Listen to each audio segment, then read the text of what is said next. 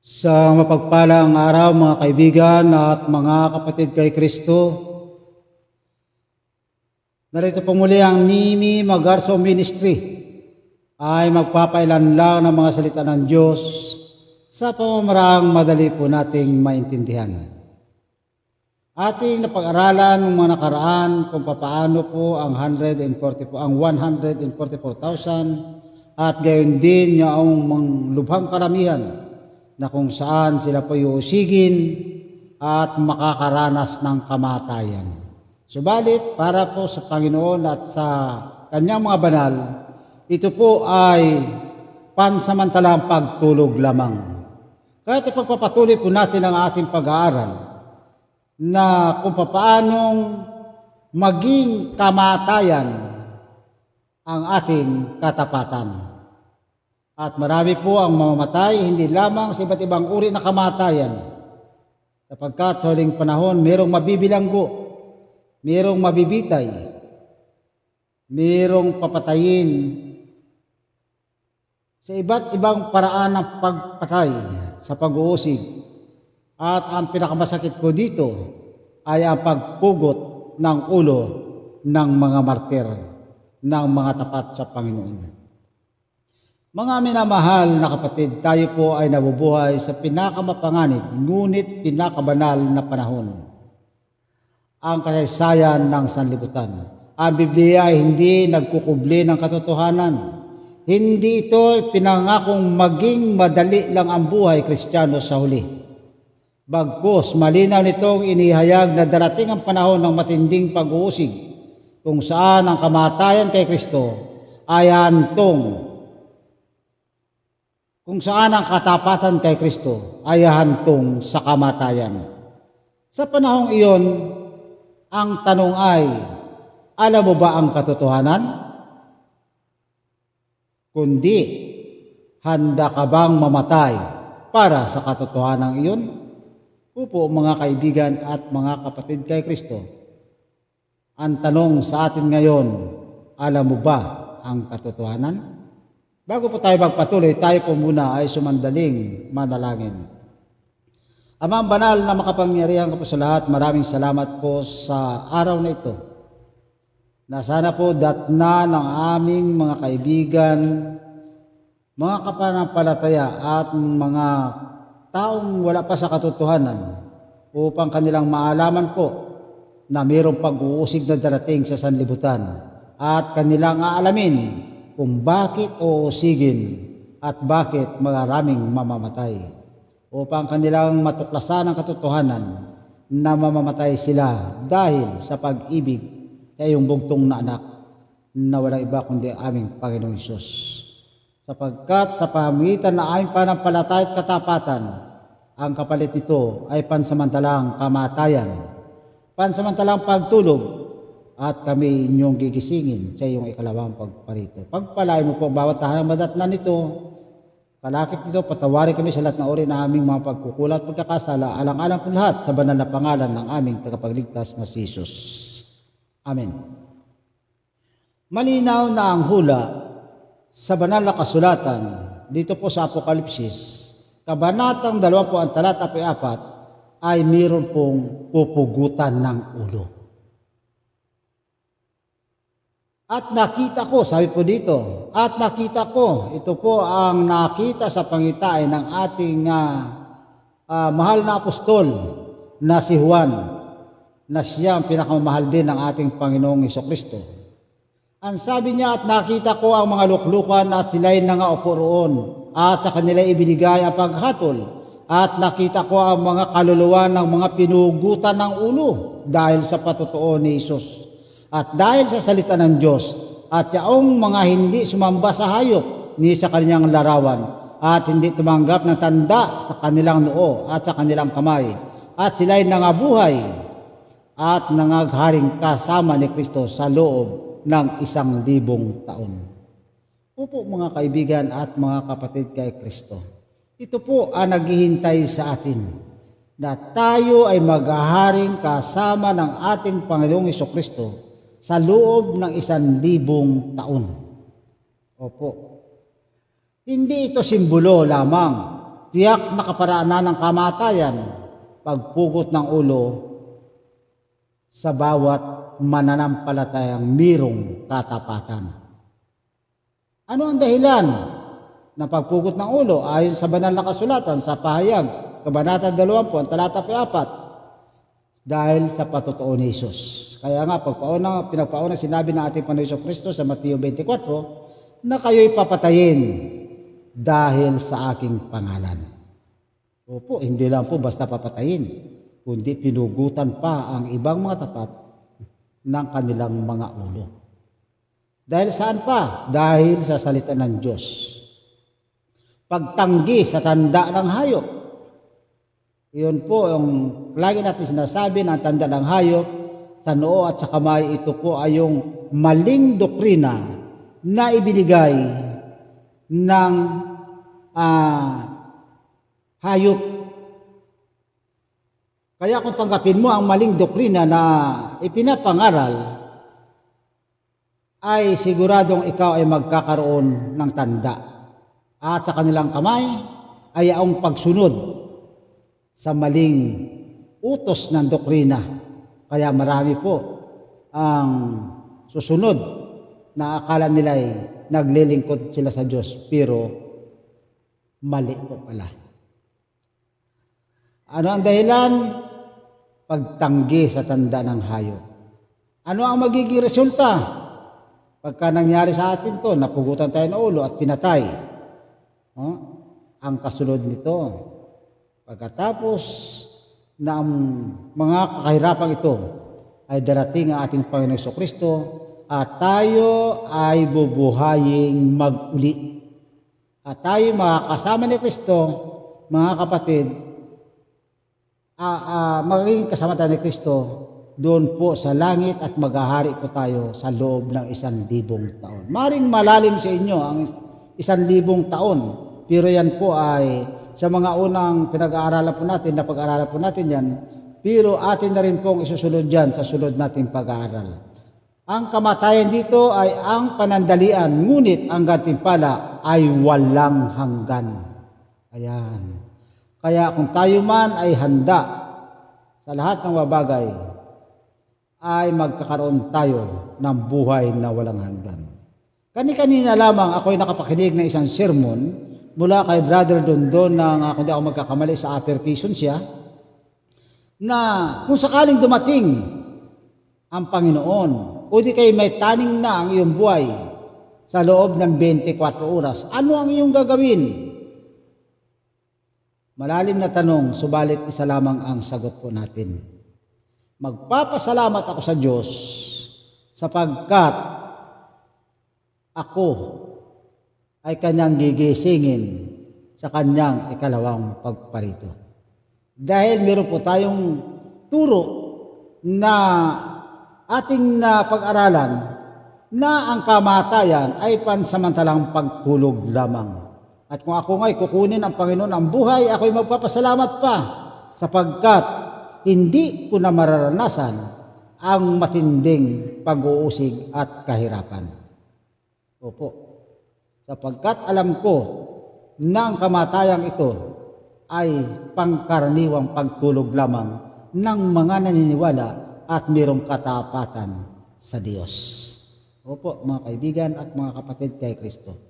Ang mga martir sa ilalim ng dambana, dito po sa Pahayag, Kabanatang 6, ang talata 9, patuloy po sa 11, nang buksan niya ang ikalimang tatak ay nakita ko sa ilalim ng dambana ang mga kaluluwa ng mga pinatay dahil sa salita ng Diyos at dahil sa patotoong kanilang pinanghahawakan. At sa bawat isa sa kanila ay binigyan ng puting damit at sa kanila ay sinabi na sila ay mag-ihintay muna ng kaunting panahon. Ayan, yung pong mga pinugutan ng ulo, ang sabi ng Panginoon, maghintay lang kayo ng kaunting panahon. Opo. Kasi sumisigaw ang kanilang damdamin, hanggang kailan mo kami ipag-iiganti, Panginoon? Ano sabi ng Panginoon? Maghintay lang kayo ng kaunting panahon. Sapagkat binigyan na rin naman tayo ng puting damit, ang katuwiran ng ating Panginoon Jesucristo, at ang ating mga damit ito ay naging maputi sapagkat nilabhan ng dugo ng kordero. Kaya tayo ay mangagpahingalay muna ng kaunting panahon. Ayan. Sa espiritual na aral, hindi nalimutan ng Diyos ang mga martir. Ang puting damit ay sagisag ng pagpapawalang sala at tagumpay. Ang kanilang dugo ay binibilang ng makalangit, hindi ng sanlibutang ito. Bakit? Sapagkat sila, matutuwa pa sila kapag tayo ay sinasaktan. Matutuwa pa sila kapag tayo pinupugutan ng ulo. Matutuwa pa sila pagka tayo dinudumog o sinasakmal na ng mga leon o mga tigre. Darating po ang araw na yan.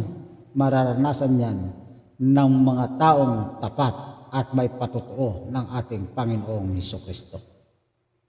Opo. Ano ang babalaan sa atin dito ng ating Panginoong Hesukristo? Papatayin kayo dahil sa aking pangalan. Dito po sa Mateo 24, ang talata po siyam, gaya ng aking sinabi kanina, kung magkagayo, ibibigay kayo sa kapighatian at kayo'y papatayin at kayo'y magiging mga kinapuutan ng lahat ng mabansa dahil sa aking pangalan. Mga kaibigan at mga kapatid kay Kristo, binabasa ko po ito at sinasabi ko ito hindi para takutin po kayo. Lagi ko pong inuulit ito upang ihanda po tayo sa darating na kapighatian. Malalim po ang terminong kapighatian. Mas malupit sa kahirapan. Maaring tayo ay nagkaroon ng kahirapan, gutom, uhaw, pero tinatawag na kapighatian. Puso at isip mo dito ay talagang parang inahalongkay na parang hindi mo maintindihan kung ano ang iyong nararamdaman. At kayo papatayin at kayo magiging kinapuputan ng lahat ng babansa. Sipin mo, pag may kapitbahay nga lang tayo napupuot sa atin, hindi na tayo mapakali. Pero dito po, ang mapupuot sa atin, lahat ng bansa. Bakit? Dahil sa pangalan ng ating Panginoong Hesukristo. Opo. Ganyan din po, pinagbabawalan noon ng mga Pariseo at Eskriba na ang ating Panginoong Hesukristo ay huwag nang angkinin na siya ay anak ng Diyos. Ayan. Kaya mangyayari din po ito sa atin kung paano nangyari sa ating Panginoong Hesukristo. Mga kaibigan at mga kapatid kay Kristo, dito po sa Juan Kabanatang 16 ang talatay 2, dito po sa ang magandang Biblia, darating ang panahon na ang sinumang pumatay sa inyo ay mag-aakala na siya'y gumagawa ng paglilingkod sa Diyos. Sa ang dating Biblia po pala mga kapatid. Marami ang gagawa ng mga maling ginagawa, pagpatay, paglapastangan, na akala nila ay tama ang kanilang ginagawa, na sila'y naglilingkod sa Diyos. Kung paano ang ating Panginoong Hesukristo ay dinuraan, sinampal at inalimura, na ang pag-aakala nila ay tama ang kanilang ginagawa. Sinibat, pinatay ang ating Panginoong Hesukristo sa pag-aakalang sila'y sumusunod sa tamang proseso ng kaligtasan, pero nagkakamali po. Itinanim sa kanilang mga isipan ang maling aral, tanda sa noo, at ginawang aktwal ng kanilang mga kamay, tanda sa kamay, na maraming gagawa nito, na ang akala nila sa kanilang mga ginagawa ay naglilingkod sila sa Diyos.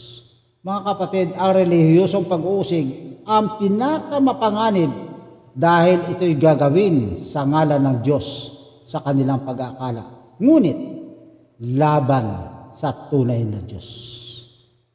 Ang pag-uusig sa darating na panahon.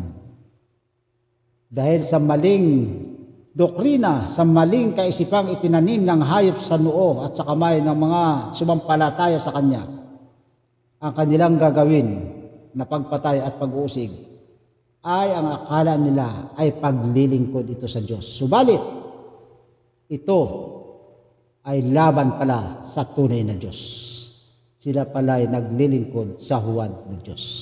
Anong patotoo dito ng kapatid na Ellen G. White? Para po doon sa ibang bago pa lamang nakapakinig nito, ang Seventh-day Adventist po ay mayroon pong sinasampalataya ng gabay na propita hanggang sa huling kapanahunan. At ito nga po ang aming pinatotohanan na ang kapatid na Ellen G. White ay siyang propetisa ng Panginoon sa tunay na iglesia sa huling kapanahunan. Patay man siya, wala na siya, pero ang kanyang mga salita ay nanatiling aral para po sa atin, gaya ng banal na kasulatan. Pero ang banal na kasulatan ay siya pong pinakamalaking liwanag na hindi pwedeng ipagwalang bahala at hindi ito matataasan ng ibang mga aral.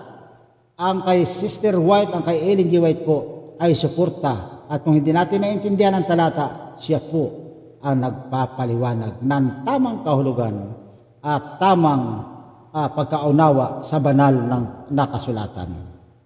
Dito po sa The Great Controversy, pahina 608, habang ang utos ng Estado ay pinatutupad laban sa mga utos ng Diyos, ang mga tapat sa Diyos ay parurusahan, ikukulong, at ang ilan ay hahatulan ng kamatayan. Opo, ang iba po'y parurusahan, ikukulong, at ang ilan ay hahatulan ng kamatayan. Bakit po mayroong ikukulong? Ang 144,000 po, lingid po sa ating kaalaman. Pagdating ng Panginoon, sila'y dadat ng buhay, mayroong nasa bilangguan ang iba niyan. Mayroong nakaranas ng kahirapan, pinahirapan, pinarusahan. Kaya nga po sila'y dadanas ng malaking kapigatian. Subalit pagdating ng Panginoon, kusang bubukas ang mga bilangguan, kusang mawawasak dahil sa matinding kapangyarihan ng ating Panginoong Jesucristo. Ayan. Dito din po sa The Great Controversy, pahina 615, marami ang ituturing na kaaway ng kaayusan at kapayapaan at itatakwil dahil sa kanilang pagsunod sa kautusan ng Diyos. Pararatangan po tayo na tayo ang nagpapagulo. Tayo ang pagbibintangan na kung bakit nawala ang kaayusan ng sanlibutan. Dahil tayo daw ang sumisira ng kapayapaan. Pero ang buong katotohanan ay walang kapayapaan. Marami ang ituturing na kaaway ng kaayusan. Tayo po ay ituturing na kaaway ng kaayusan at itatakwil tayo. Dahil saan? Sa pagsunod sa kautusan ng Diyos. Dito po sa early writings, pahina 282, ang mga banal ay hindi aabandonahin sa oras ng pagsubok. Ang mga anghel ng Diyos ay palilibutan sila kahit sa harap ng kamatayan. Kahit sa pugutan ay ang mga anghel ng langit ay naroroon. Saksi sila. Pero hindi para pigilan yung pumupugot ng ulo, kundi sinasaksihan nila at kanilang naalaman ang iyong desisyon. Kapag ka ang desisyon mo ay hindi ka urong sa katotohanan, ang mga saklulo ng langit ay agad sasakluluhan tayo. Sa paanong paraan? Hindi natin maramdaman bago tayo malagutan ng hininga ang sakit ng kamatayan. Kundi ang ating maramdaman, tayo'y matutulog lamang. Opo, sa unang dampi ng anumang pamparusa sa atin, matitikman natin ang lupit at sakit, hapdi at kirot. Kaya nandoon ang pagsubok kung sinong pipiliin mo, ang Diyos na buhay o ang Diyos na huwad. Pag pinili mong huwad, ligtas ka sa pansamantalang kamatayan. Subalit kapag pinili mo ang prinsipyo ng katotohanan, ang patotoo na naka Jesucristo, tuloy ang pagpaparusa at paghahatol ng kamatayan. Subalit nandiyan, nakapaligid at sinasaksihan tayo ng makalangit na kapangyarihan. Nandyan ang mga anghel. Sila ang magbibigay ng proteksyon sa atin kung paano hindi natin maramdaman ang kirot habang tayo nalalagutan ng hininga. Ang tapat hanggang sa kamatayan ay magkakaroon ng korona. Maging tapat ka hanggang sa kamatayan at ibibigay ko sa iyo ang putong ng buhay. Yan po pangako ng Panginoon sa pahayag, Kabanatang 2, ang talata po 10. Kaya maging tapat tayo mga kaibigan at mga kapatid kay Kristo. Huwag tayong padaig sa sanlibutan ito, sapagkat ang katotohanan ang siyang magpapalaya sa atin sa lusak na kahirapan ng sanlibutan ito. Dito po sa Roma, Kabanatang 8, ang talata po 18, sapagkat inaakala kong ang mga hirap sa panahong ito ay hindi karapat-dapat na ihambing sa kaluwalhatiang mahahayag sa atin. Ano po sabi ni Pablo? Yung kanyang hirap na naranasan sa sanlibutan ito ay hindi pa karapat-dapat. Yung inaakala nating hapdi at kirot, sa kaluwalhatiang tatanggapin natin sa ating Panginoon Kristo, yung hirap na yun, baliwala yun sa kaligayahan na ating tatamuhin habang tayo'y walang hanggang nabubuhay sa piling ng Diyos. Mga kapatid, dumarating ang panahon na ang Biblia ay magiging ebidensya laban sa atin. Ang Sabat ay magiging tanda ng katapatan. At ang tanong ay, Kristo ba o sanlibutan? Ang katotohanan ang siyang mapapalaya sa atin. Nasa banal na kasulatan po yan. Darating ang araw, aalsin sa atin ang mga banal na kasulatan. Kaya ngayon pa lang, kapatid ko, magpasya ka na sa iyong sarili. Na para bang bukas darating na ang Panginoon.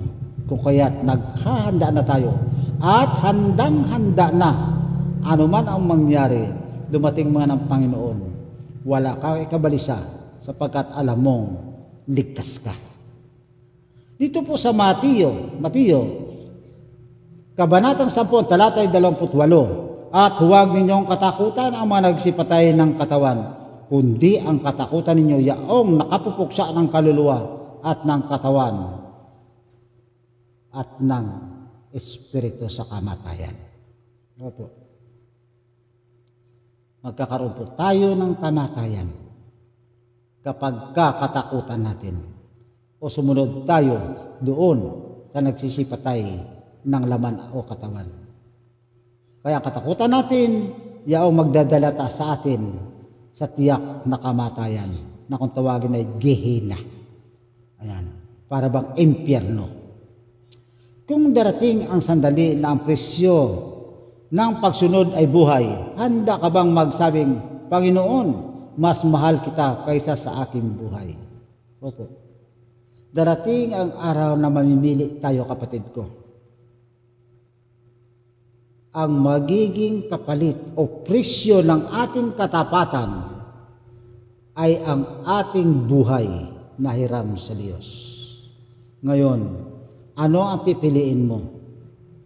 Ang buhay o ang Panginoon na mas mahalin natin kisa sa ating mga buhay?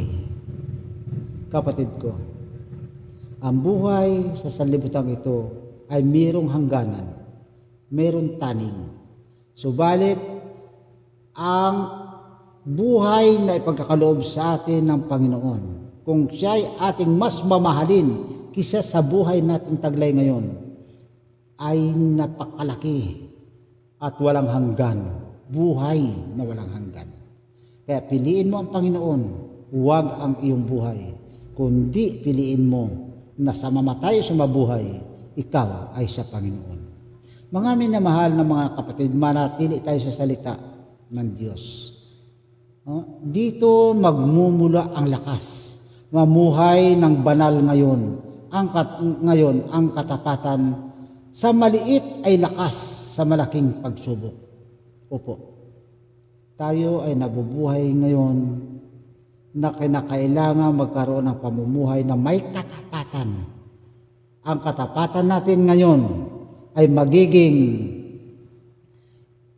isang malaking pagsubok. Huwag natin katakutan ang kamatayan, sapagkat ang kamatayan ay pintuan lamang patungo sa walang hanggan. Mga kapatid at mga minamahal kay Kristo, ang kamatayan ay hindi dapat katakutan, sapagkat ang kamatayan ay ito po pala ay pintuan lamang patungo sa buhay na walang hanggan. Opo, mamatay tayo ngayon, tatamuhin natin ang gantimpala na buhay na walang hanggan. Opo, mga kaibigan at mga kapatid kay Kristo. Napakaganda po ng ating pinag-aaralan ngayon. Opo. Kaya sa anuman ang mangyari, sa mabuhay man tayo sa mamatay, tayo ay sa Panginoon. Huwag mong katakutan na ikaw mamatay ngayon, sapagkat nasa pintuan ka na ng langit upang tanggapin ang buhay na walang hanggan. Alam kong hindi natin kaya ito sa ating sarili, maging ang inyong maliit na lingkod, subalit mayroong isang paraan upang ating mapagtagumpayan ang lahat. Tayo'y laging manalangin sa ating Panginoon Diyos. Huwag tayong magwalang bahala. Sabihin natin sa Kanya, Ama naming Diyos na banal, kami nagpapakumbaba sa iyong harapan.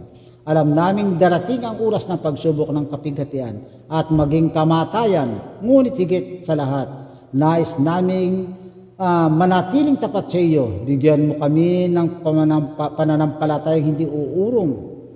Ang pag-ibig kay Kristo na hindi mamamatay at tapang na nagmula sa Espiritu Santo. Kung kami man ay humarap sa pag-uusig, ulungan o sa kamatayan, naway manatili sa aming mga labi ang pangalan ni Jesus.